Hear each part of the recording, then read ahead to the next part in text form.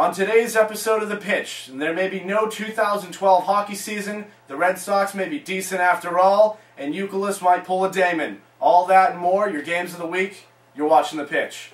We're singing, hey, you can't count us out. We've been running up against the crowd. Yeah, we're the dark horses.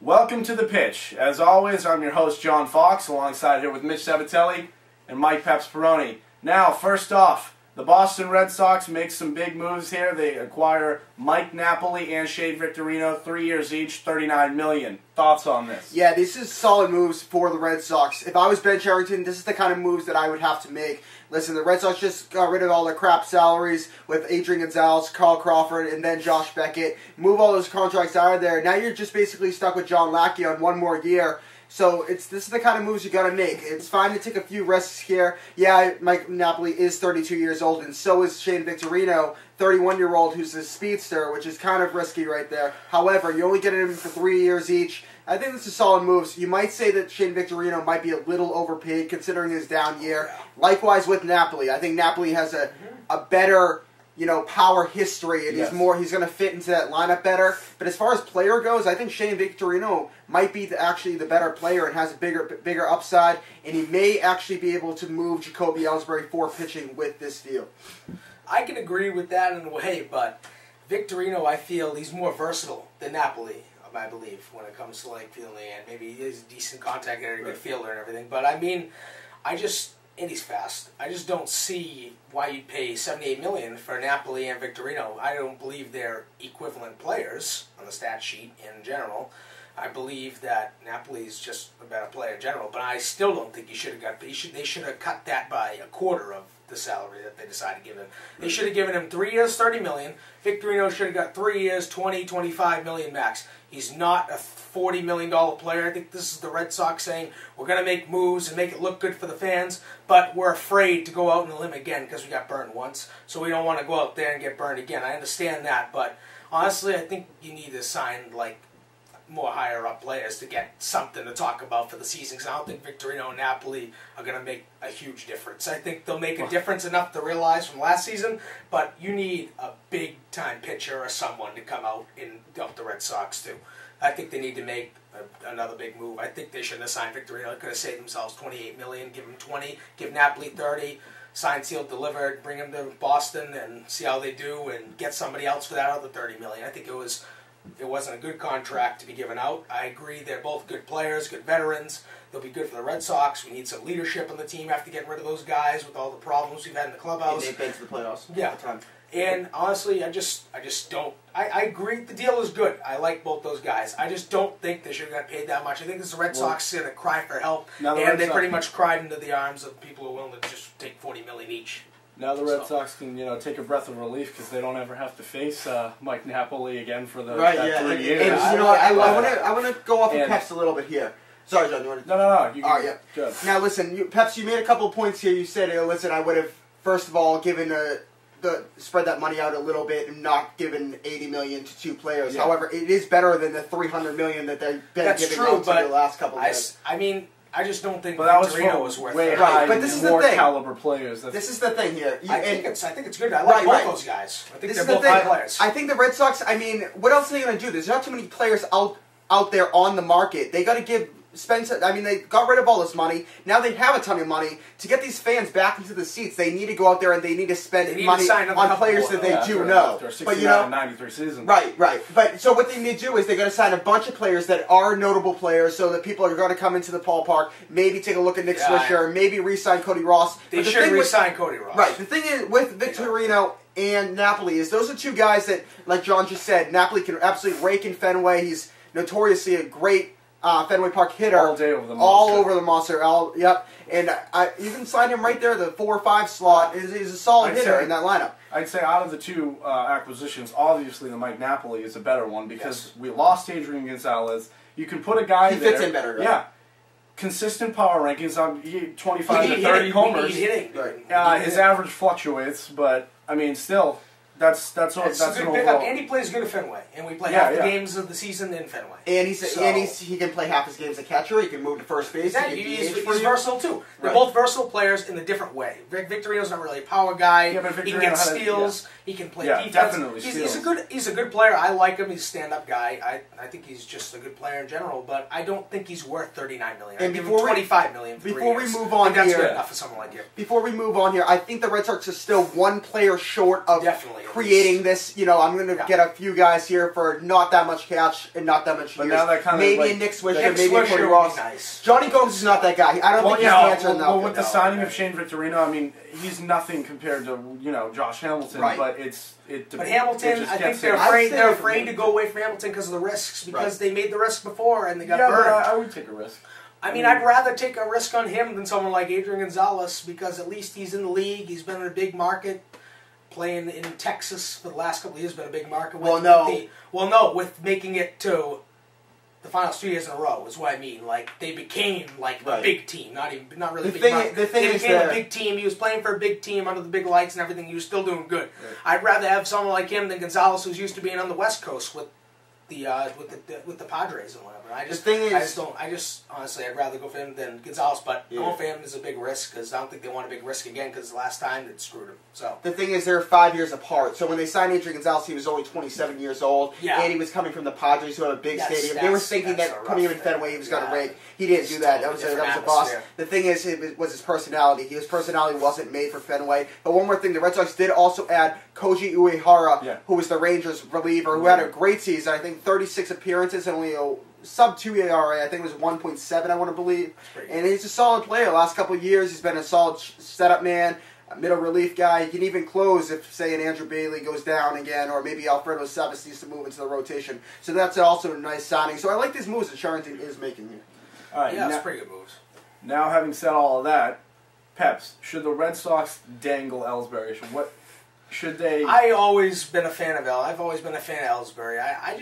I don't want to dangle Ellsbury. I understand he's injury prone, but I think he brings a real solid value to the team. The thing is, he's gotta stay healthy. He's got speed, he's got powers. He's proven he 30 home run with year. the exception of Johnny Gomes, honestly, that would be a great I just think outfield. Ellsbury. Even with I don't Johnny- think dangling because Ellsbury he's is a getting good it, he's covering idea. the monster, Right. so, Dangling Ellsbury, it's not a good idea. I don't think they should put him up in the trading block and everything. I think they should just let him be where he is right now and figure it all out eventually when the contract runs out. Eventually, I just don't think that it's a good idea to trade him because you need a solid outfield. He's a solid outfield. The thing is, he's got to stay healthy, and if he does, then that's great. But I mean, it's a risk you take, and I think you take that risk. The thing is, with the exception of maybe Will Middlebrooks, he's probably the Red Sox most tradable asset at this very moment. Jacoby Ellsbury only has 1 year remaining on his contract, and if you were going to trade him, this is the time. But the thing the Red Sox are going to look at is, if they sign one more player, if they sign a Nick Swisher, are they able to compete in this AL East? And if I think that they can, I think I'm keeping Jacoby Ellsbury. If I'm still going to look at this roster and possibly say, all right, I think we're 1-2 years away, I'm moving Jacoby Ellsbury for any pitching I can find here. Maybe making a decent package for, say, a Felix Hernandez, or going over to the NL, possibly getting a pitcher that is on a bad team as well. Yeah. Similar to what Gio Gonzalez happened with the A's last year, and then he went to the Nationals and absolutely was a stud for them. The Red Sox need to do a move like that. And something with trading John Lester for Will Myers, the Kansas City Royals, that's not what you need here. John Lester's your only rock at the top of the rotation. So what I'm saying is, if Jacoby Ellsbury is going to be dangled, I would dangle him for a pitcher. And I'm saying, if you are going to trade him, I'd trade him now and not wait for the trade deadline in the middle of the season. I just don't think we should trade him. I think he's a valuable asset. And he's ridiculously versatile and is good at so many different things. Right. All right, moving on to our next MLB topic. Kevin Youkilis gets a 1 year, $12 million offer from the New York Yankees. Thoughts on this? The thing is, this is a little bit different than the Johnny Damon thing. Yeah, Johnny Damon they actually need him. Right. And nobody else wants Kevin Youkilis. Right, the Yankees are doing this because they could use him at third base, maybe help out now that A-Rod is now going to be out for 4 to 6 months. Maybe Kevin Youkilis can fill in for Mark Teixeira if he gets hurt. So he's going to add depth there. And they actually offered him a solid year. 1 year, $12 million. Yeah, that's a lot. a lot of money. Now, I Kevin think Youkilis is a diehard. He is the Red Sox when you think of it. But he had a real bad year, and the whole trade thing last year. I mean, his value is completely skyrocketed down, and now Red Sox kind of have some remorse about letting him go, but at the same time, it was kind of better for him and better for the Red Sox to let him go, kind of get rid of these old guys, bring in the new fresh guys. So I don't think just because it was 1 year removed, I don't think Kevin Youkilis is going to sign this deal. However, I do think it's a good move by Brian Cashman and the Yankees to put some pressure on the Red Sox and possibly get us pissed a little bit. And I think it's a good move by offering him that 1 year, $12 million. If it really got us pissed, that's enough money. If it really got us pissed, we wouldn't have got rid of him in the first place. Right. I just think the Yankees, I don't know what they're really doing with this. It's more to piss off the Red Sox fans, I believe. Yeah, but it's not going to work because I laugh at this when I see this. $12 million. Hey, you got the money, go ahead and spend it. Waste $12 million on garbage. Yeah, I liked him when he was on our team. I liked him when he was on our team. But I mean, honestly, I do feel bad the way he left and everything because we were moving on and everything, and he wasn't part of that. And he was struggling. It just seemed like you said, he didn't want to be there. We didn't really want him there. It was a mutual parting in both ways. Honestly, if he went to the Yankees, I wouldn't hate him or like him any less because I don't really care. It would be a neutral thing. He's going there just for money and just for a spot on the team. Damon was just shock and awe because the World Championship, like right after and everything, he just left. And it was just a big deal there because Damon was a huge hero, especially in the playoffs of the Red Sox. Well, I think the difference is here is, like Pep just said, it was coming off right after the championship. And the thing is, Johnny Damon was entering his prime at 30 years old. This was his time to cash in, and he could have easily stayed for the Red Sox with a little bit of a year after the championship. Right, a year after the excuse me. He left after 05 season. Now, the thing with Johnny Damon is, like I said, he was going right into his prime years. This is when he was going to cash in. And to just take the Yankees offer just because it was a little bit more than the Red Sox offer, that's a slap in the face to the Red Sox. And that was a slap in the face to just a poke at the Red Sox. Oh, you didn't give me this kind of money. I'm going to go to the Yankees. I'm going to go to the Evil Empire. This is a different situation, in my opinion. All right. Yeah. Moving on. Mariners want to extend Felix Hernandez, King Felix, make him a Mariner for life. Thoughts on this? I believe that that's a great thing for the Mariners. I mean, you got King Felix. You can't go wrong with King Felix ever. He's a great pitcher, arguably the best in the game. But, I mean, for Felix, this may not be such a good idea because he wants to win a championship. He wants to go somewhere and be recognized really even more than he is in a bigger market, like the Red Sox or the Yankees or that's something. Not happen when you're... I mean, good for them. Great for the Mariners if they want to do that. Great if he signs for them, but I mean, this is not that good for Felix because I don't see the Mariners ever really being a championship team in the next 5 years.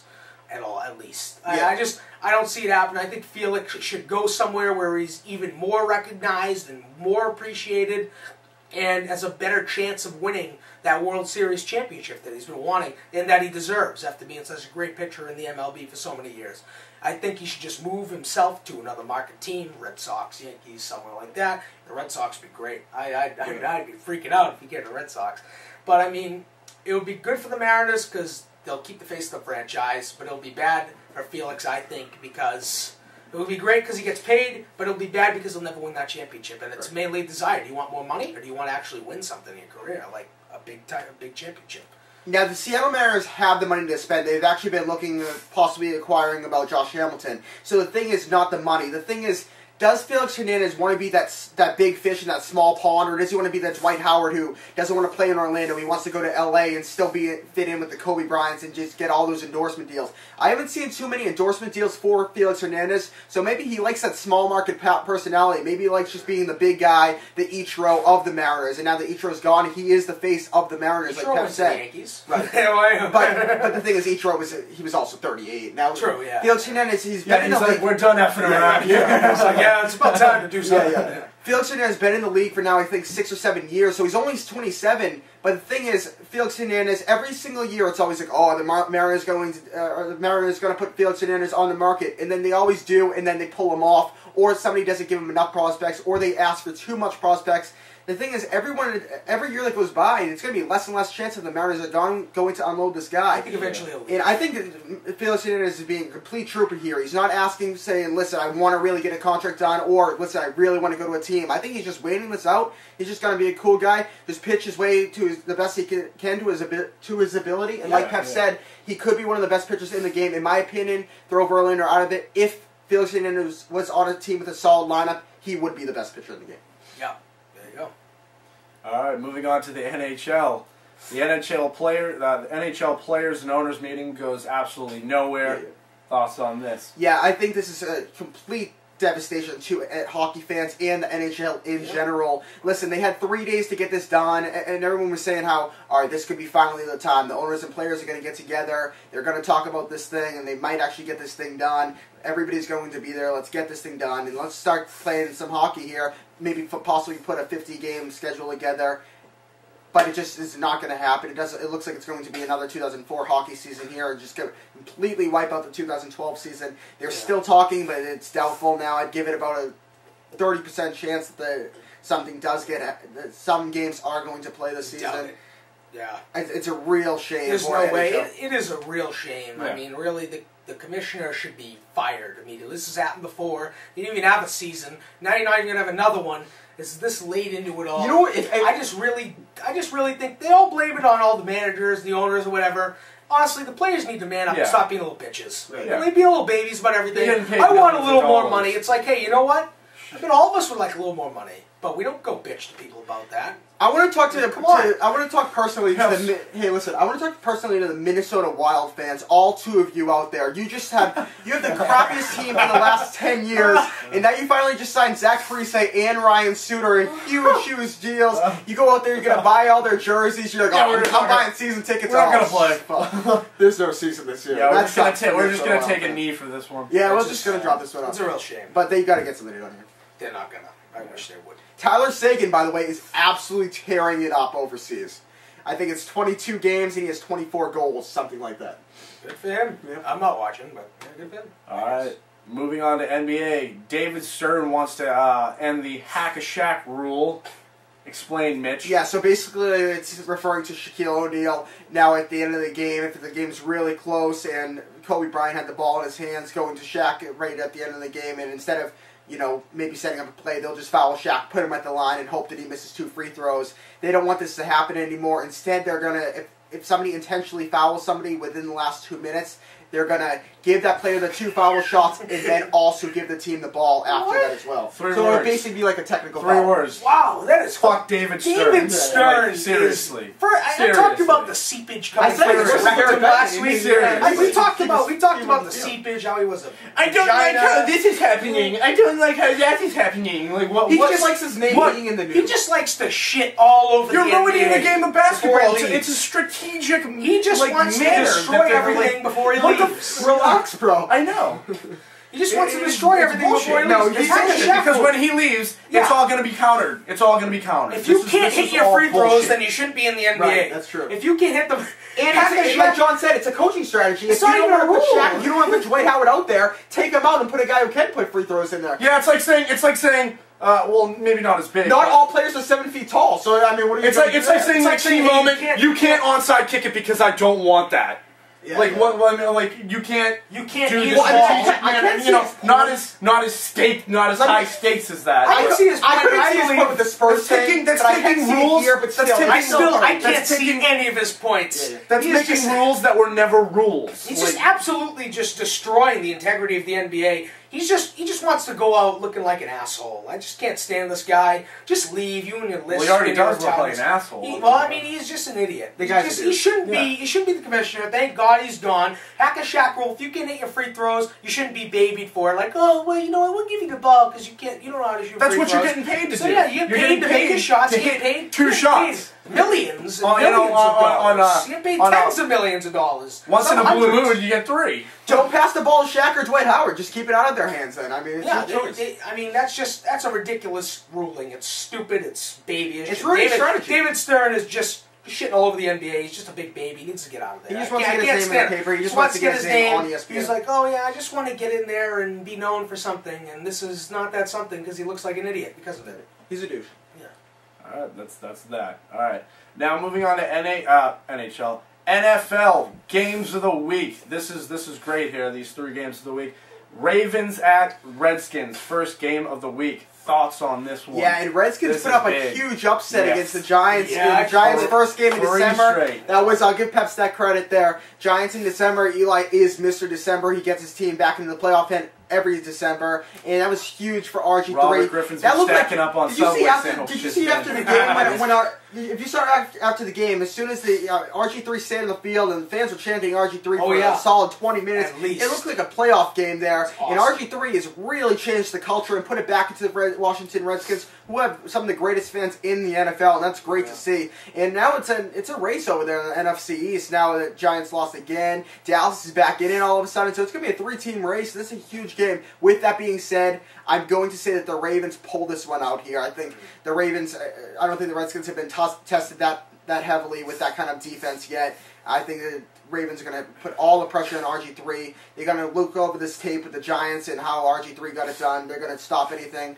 And, the thing is with RG3 is he only throws for 200 yards, but then he'll run for another 150. So you just got to watch this tape here. Make sure you close the gaps at RG3, and I think the Ravens are going to get this done. I'd love to disagree with you, but I can't. I honestly, you lose to again the third string. I can't, dude. You lose to a third-string quarterback, a 15-year veteran, Charlie Batch. You should be ashamed of yourself. You had a lead, you blew it.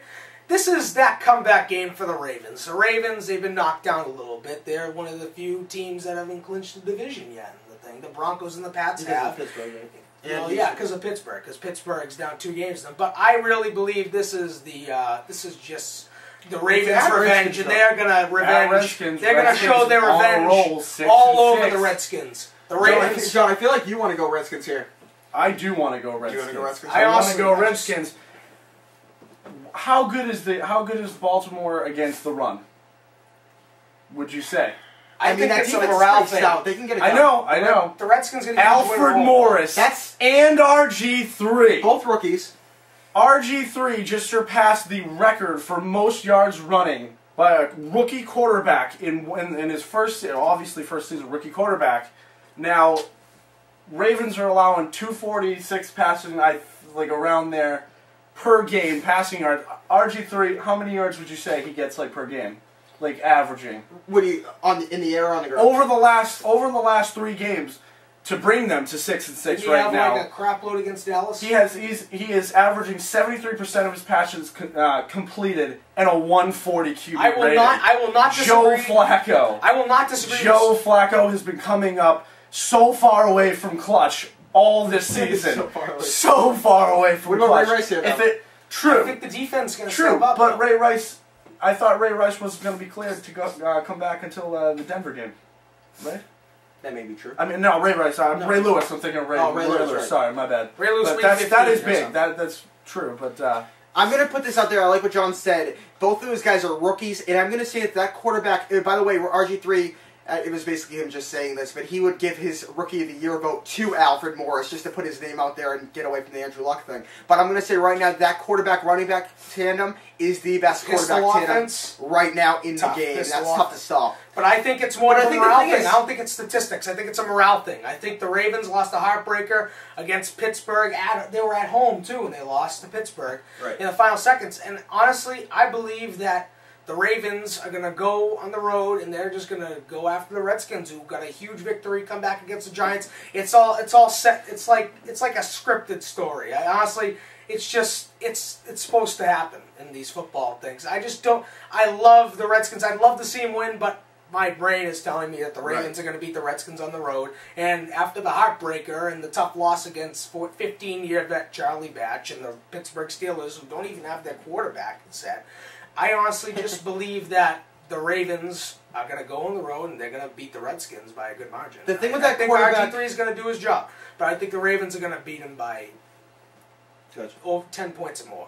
The thing with that quarterback-running back tandem is it's like the speed with RG3 and then you got the power with Alfred Morris. If you go back to the days with Michael Vick, when Michael Vick had work done back in Atlanta, they were both speed guys, not really power guys. Then you move them to Eagles, then you got McCoy and Vick, another both small speedsters. Alfred Morris is that big power, he's going to get you that tough yards. And then Robert Griffin, he can stay back in the pocket and then just book it for 20 yards. It's a great tandem right there. Then you throw Santana Moss out there, Leonard Hankerson, and Fred Davis. Oh, Fred Davis, no, he's out of here.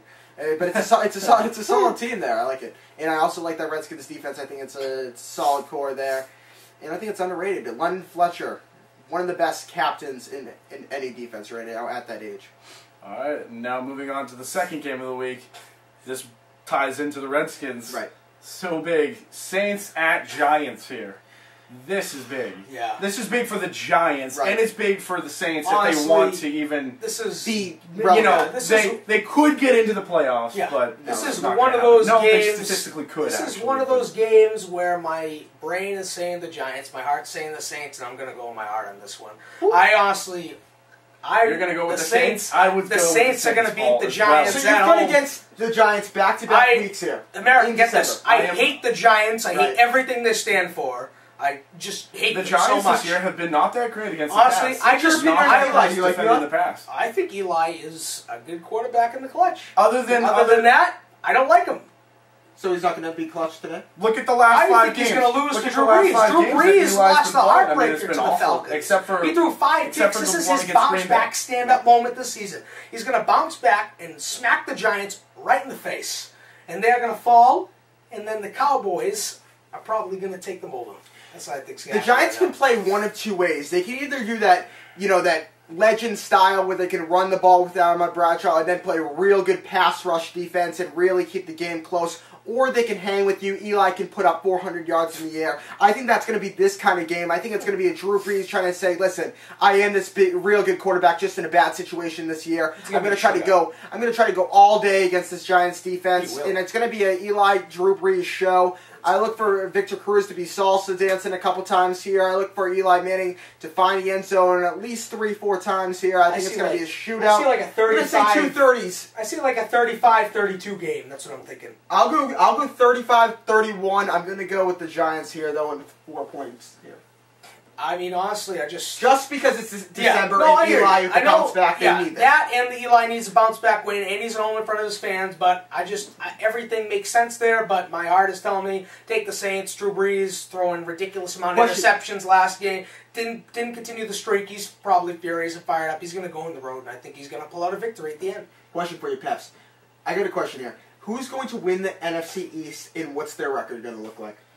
Honestly, I mean, I can't really go against the Giants, to be honest. I think their record is going to be, what are they right now? They're 7-5. Right now they're 7 and 7-5. Like I Six. said, they're going to end up 9-7 and somehow win that division.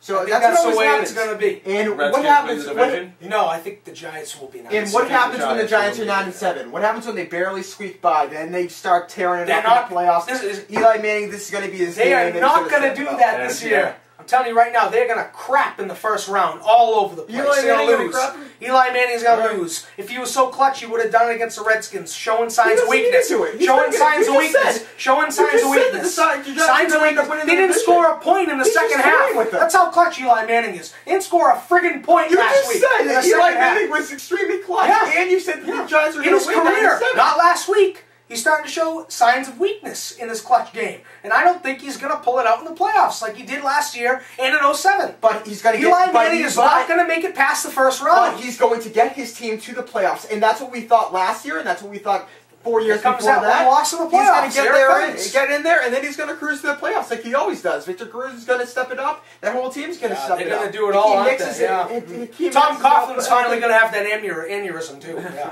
By the way, Norv Turner is going to be gone this year. Probably. Oh, yeah. All right, moving on to our final game of the week, the game of the week, Texans at Let me Patriots. take this one here.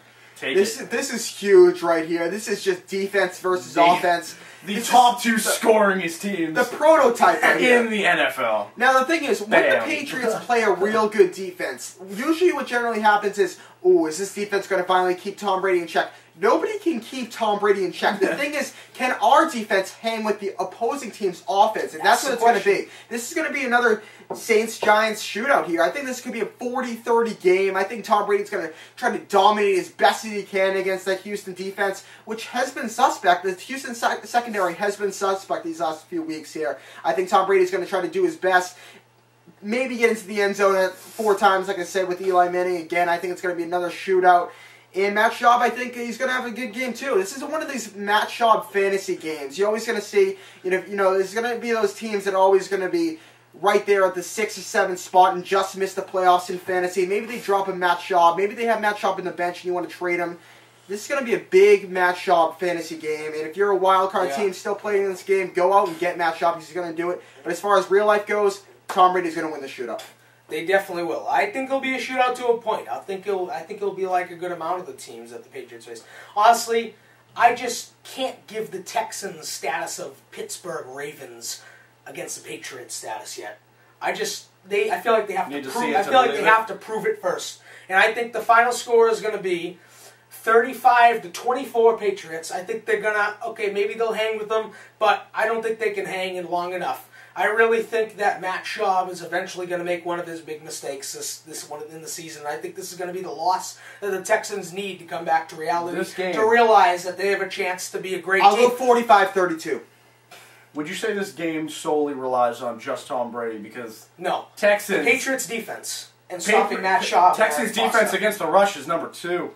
They're allowing only like 80-something. But I mean, when you're playing Tom Brady and Bill Belichick and you lock down Ridley, you lock down Woodhead, and you know key escape routes for Tom Brady. Tom Brady's just going to be having to be passing, and if they cover, it's going to be tougher than we may think. It's going to be tougher than we may think. But I really I don't see the Texans coming in to Gillette Stadium and beating the Patriots in a Monday night crowd, all the lights and everything. I don't see that happening. I give the Texans credit; they're a great team. They had one loss, 11-1. Right. But I just don't see them beating the defending AFC champions. I don't see it on the road. I just don't see it in front of that crowd. I don't see it. It's not going to happen. I'll be really surprised if it does. It's going to be a tough game, but I think this is going to be that game where the Patriots win and say, this is a statement that we are still the AFC champs and that we can beat a team even if they are 11-1 and they are the Texans with all this balanced offense and defense on both sides. We can beat a balanced offensive and defensive team, and we'll prove it to you on Monday night, and they're going to win by 11 points. All right. I love how the Patriots play Houston and then 49ers back-to-back, so I'm going to say that they're going to win both games. I'm going to say that this is going to show the shift in the NFL. Before, like I said, it's either a running back and then a solid defense. This is a quarterback-driven league. And when you say, oh, listen, Houston has really good defense, what about J.J. Watt? What about Jonathan Joseph? What about all these what about all the Texans linebackers? This team's going to stop the Patriots. Listen, you can catch Tom Brady on a bad day like they did with the Super Bowl, with Jason Pierre-Paul, Osi Umenyiora, Justin Tuck all coming, but that's usually a 4-3 defense that does this. This is a 3-4 defense. Brady's going to have tons of time in the pocket there. They're just going to have 2 guys on J.J. Watt. Brady's going to sit back there. He can wait for the receivers to cut. He is a prototype cut receiver. He's going to be a real slot. Brady's going to carve this defense. Shout out to Brady for having another baby with Giselle. There you go. I don't think it's going to be as easy as it's being made out to be. But I think they're going to win by a good margin, especially at the end. I think they're going to pull away at the end. I'll take the Patriots, so I'll take the Patriots. Yeah, I just don't see the Texans pulling on the road, even though they're 11-1. So. All right, well, unless you guys have any other things to add. I got one thing. This is fantasy. We haven't done fantasy the last couple of weeks. Now, listen, this is my favorite time of the year, and this is usually right at the time when you're in the wild card spot. Do you get the bye weeks? Do you get the wild card?